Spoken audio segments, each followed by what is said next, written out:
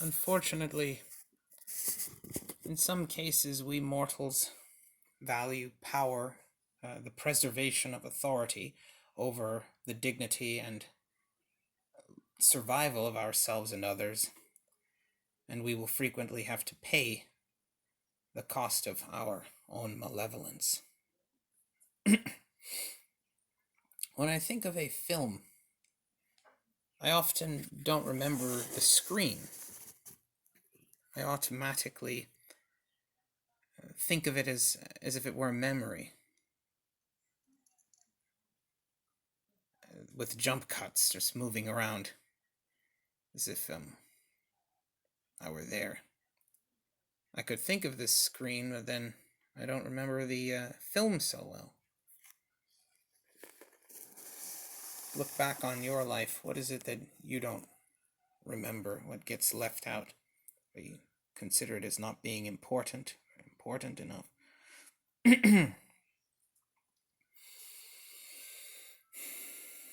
If your sound equipment is generating some strange noises, consider the power supply.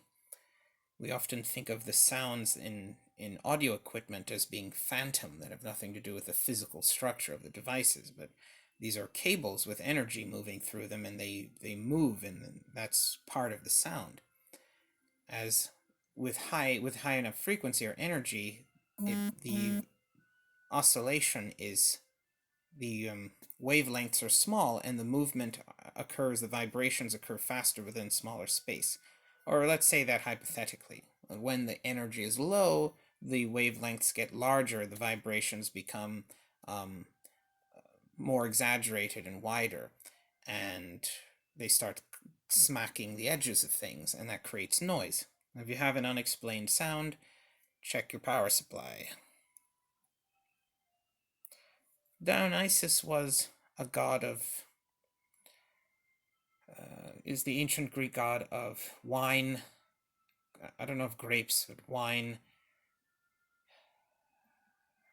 exuberance, exhilaration, euphoria, extremes of pleasure, hedonism, that's the word. Cathartic, ritualistic blood sacrifice, also known as sparagos, for which the vegetable asparagus is named. Guess which body part was being cut off.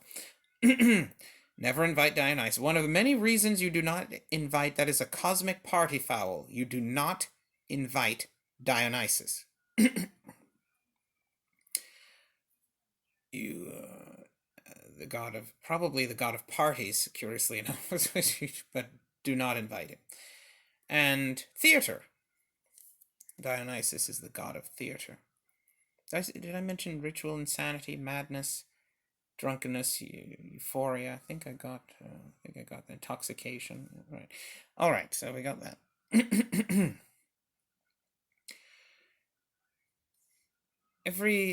Say that complexity forms under exposure to some sort of consistent elemental force, as Hermes told me in a lucid dream, that everything that is valuable in our lives comes from this complexity that forms, that can and then did form under this energy. If you increase this elemental energy, these structures repeat themselves, they form more, so you get more of these good outcomes, or can at least. And in the case of performance, that, as Ares once told me in another lucid dream, he said, everything that is made of many smaller versions of itself, repeating themselves in tandem to create a larger version of themselves. And he told me this with the pretext of explaining how Heracles lost a contest of strength to him. That even though Heracles was stronger, he left room in his being for other things. He was not purely devoted to war. He had love, he had family, he had knowledge. But Ares was all violence and all war and all terror and because of that, there's this idea of nature has the power to work itself out, that you may not understand how or know how, but somehow things will turn out well if certain conditions are met, and one of those being that you have existential potency. And this is a matter of existential potency, that you have more of these little structures that make up that that repeat themselves together to create anything. So any given thing, any given task, any given situation are things repeating themselves over and over and over again, recreating themselves. So when you increase the elemental power of anything, you increase the number of these little structures, and you increase the amount that any given thing does whatever it does. So it just becomes more of whatever it is. And not only does that increase in the case of war, that made Ares more war than Heracles, and therefore more of the good things were somehow going to occur. Things are going to work out better for him more so than Heracles in war. And in that case, he told me that Heracles' strength outside of its element froze. He hesitated, and he was having to fight himself, hesitating. He couldn't use the full extent of his strength. That a trained lion is fit, but not fighting fit, and he wore down because he was fighting himself. That I think that another that when I think of that, I think of this idea that practice can only do so much. That there's something about the thing itself when you think about that. That something pushes you further than you can go on your own in any real scenario, and that is what brings out something in you that makes you able to rise to it.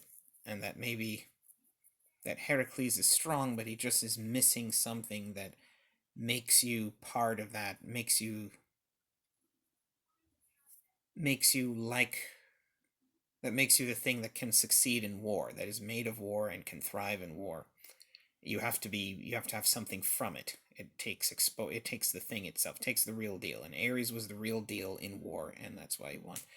And that in general, when you have more of these little parts, that not only do you increase just the thing it's doing, either that you get new things that maybe couldn't do before, that everything is essentially a repeating series of smaller of the same thing again and again, which means that something was once less complicated, now it's more complicated. It's a more complicated version of something smaller. And if that's the case, that it's as if the process of recreating itself again and again can have an effect on the environment. It creates, it affects the environment. It changes the environment to be that same structured, or to be similar to it in its shape, and it makes the environment around it to some degree an extension of what it is, and helps support it to some degree, which might be incorporated into irony in some sort of way. Which Tucker from Danny Phantom once said was what the irony was a literary device applied to the incongruity between that which one might expect and that which actually occurs, which is not true. Irony is actually any strange occurrence that elicits an ancient human predilection to perceive hidden dimensions in things that contradicts any most likely post-Prometheonic or post-industrial and post-intellectual revolutionary era standards of rationality and cosmic natural circumstance, or hence that if something strange happens, and let's say a symbolic idea seems to have an effect, looks as if it has an effect on the environment, well, that's ironic. That's what it's like, that where it's strange, and not only strange, but strange in a way that seems to defy what people assume is a boundary of nature, one of those rules that people assume is, and that's it. And not only that, but that it involves that symbolic meaning has exceeded one of those boundaries, those natural boundaries, or it appears to be so. Not that it actually is, but it appears to be so. And that this is incorporated into that when the existential potency of an object changes the environment to be like it, and that irony has to do with that it's transferring its nature from one place to another, exceeding its, that could allow it to then exceed its boundaries, whether it does it or not. Nevertheless, that objects don't merely only do what they do more, but they affect their environment and can cause entire situations. That just increasing the energy can change the way that physics works, that the way things react and move, and the way then therefore maybe people think can change, the way people move can change. Anything that's physical can now start to change and operate in this very different way. And that merely increasing the amount of energy and thus increasing the rate of the creation of these smaller parts of any given thing, therefore increasing the amount that it does whatever it does, can then cause every useful situation that's derived from the accumulation of the complex structures from which everything, or a lot of the things that are valuable in our world, are derived from,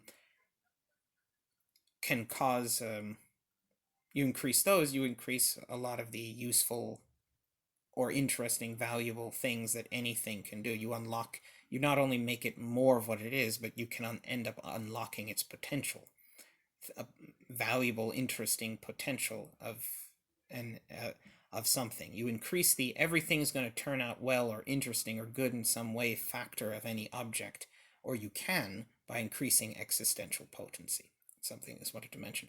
And though when it comes to creating entirely new structures, not merely extending what was already there, that happens a lot slower, according to Hermes. That would take a long time, and especially within the boundaries that you could increase elemental energy without destroying the organism, unless, let's say, you're Kronos or something, who, according to Hermes, could break himself down into a primordial state and then build up an infinite store of energy that could last that could last an infinite amount of time, allowing his complexity to extend to the point where the fruits start growing endlessly. So he's always reaching new branches, constantly improving himself, constantly getting all the fruit, all the possible fruit. And with infinite energy, he's creating room, he's creating space. He's never going to run out of ways to improve himself, because really the only limit is how much stuff there is in the universe to keep repeating the pattern, keep repeating the fractal, the branches. The dendrite is what he called them, which is why it's called dendritophilionic, or cosmic existential dendritophilionic pilonics. And being dendritophilionic being of the dendrite, or progenerating from the pattern of the dendrite. And what is the dendrite? What was I saying now?